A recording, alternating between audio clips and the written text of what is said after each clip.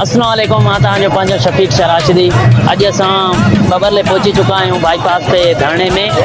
त हिते काफ़ी माण्हू आहिनि जेके चवनि पिया त पीर पागारे जा हुर मुजाहिद न आहिनि आया ऐं जेको आहे सो धरणे में पीर पागारे को बि हुकुम न ॾिनो आहे। त उन्हनि माण्हुनि खे ॿुधाइण था चाहियूं त असां सभु पहुची चुका आहियूं ऐं असां सां साईं जन बि साण आहिनि। अकबर अली शाह राशदी इन्हनि खां कुझु पुछंदासीं। साईं, जेको आहे सो माण्हू चवनि पिया पीर पागारे जे हिसाब सां का बि अहिड़ी का इमदाद या को माण्हू या हुर मुजाहिद न आयो आहे, तव्हांजे हिन जे बारे में छा ख़्यालु? बाक़ी असां सभु केर बीठा आहियूं, सभु मुजाहिद आहियूं। पीर साहिब जे हुकुम ते मुजाहिद सॼी सिकोट मुजाहिद हवाले आहे। सभु मुजाहिद पिया सिकोट थी कनि।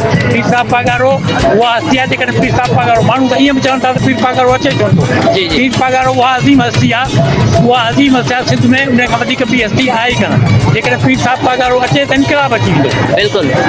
उन इनकलाब असां फीडेशन जे ख़िलाफ़ न आहियूं, असां पाकिस्तान जे हक़ में आहियूं। असां